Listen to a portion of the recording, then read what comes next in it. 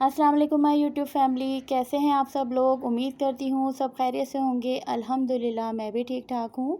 और मेरी तरफ़ से तमाम मुसलमानों को दुनिया में जहाँ जहाँ मेरी वीडियो देखी जा रही है, तमाम मुसलमानों को हज की बहुत बहुत मुबारक हो और ईद उल अज़हा की बहुत बहुत मुबारक हो। अल्लाह पाक ऐसी हज़ारों ईदें खैर व आफ़ियत वाली हमें देखना नसीब फ़रमाए। आमीन सुम आमीन। और क़ुरबानी जिसने की है और जो नहीं कर पाए, अल्लाह पाक सब के लिए खैर व बरकत अता फ़रमाएँ। आमीन।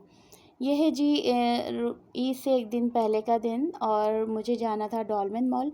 और इस वक्त हम लोग पहुंच चुके हैं अब्दुल्ला शाह गाज़ी के मज़ार के पास से हम लोग गुज़र रहे हैं और डॉल्मेन मॉल हम आ चुके हैं। यह सुबह 11 बजे का वक्त है, 11 से 12 का ये टाइम है। मुझे ड्रेस चेंज करवानी थी रामीन की, जो कि छोटी आ गई थी।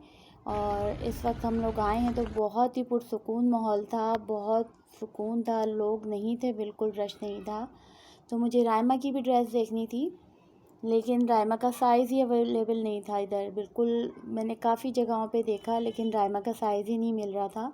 मिनी माइनर पे मिला भी तो प्राइस बहुत ज़्यादा थे, तो मैंने नहीं मुनासिब समझा कि इतना महंगा मैं एक दिन के लिए बच्चे को पहनाऊँ, क्योंकि ईद त्यौहार पे पहनने के बाद इतना कहीं जाना आना होता नहीं है। फिर जल्द से जल्द वो बच्चे माशाल्लाह बड़े होने लगते हैं तो ड्रेस छोटे हो जाते हैं, तो इतना महंगा फिर पैसे ज़्यादा होने की बात है। तो मैंने नहीं लिया। खैर जो थे वो मैंने घर में ही पहले के जो ड्रेसेस थे उनमें से पहना दिया था।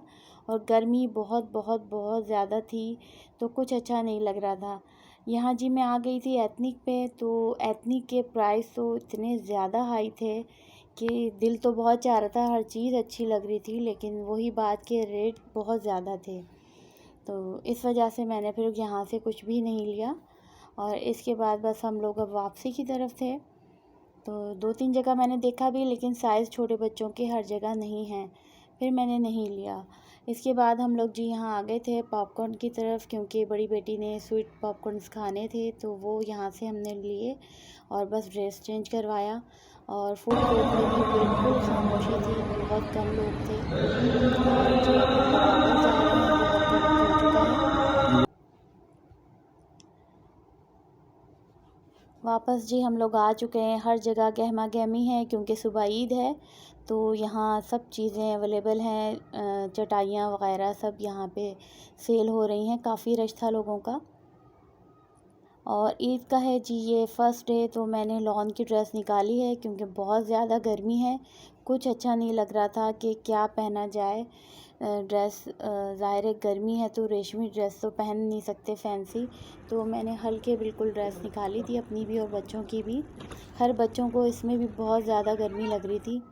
और शाम के वक्त मैं फिर भाई के घर गई थी क्योंकि दिन में बिल्कुल निकलना मुनासिब नहीं था। और यहाँ जी गोश्त आ चुका है और यहाँ हिस्से हो रहे थे। इसके बाद खाना खाया और बस रात में ही वापसी हो गई थी।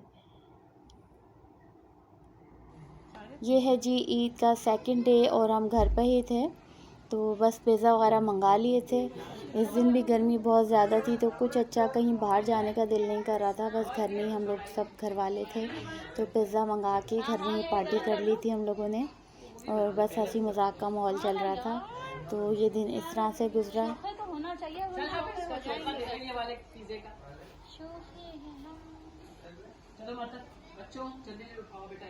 अब के हम लोग कुर्बानी नहीं कर पाए हैं क्योंकि बस आजकल महंगाई की वजह से बहुत बहुत मुश्किल हो गया हर काम करना।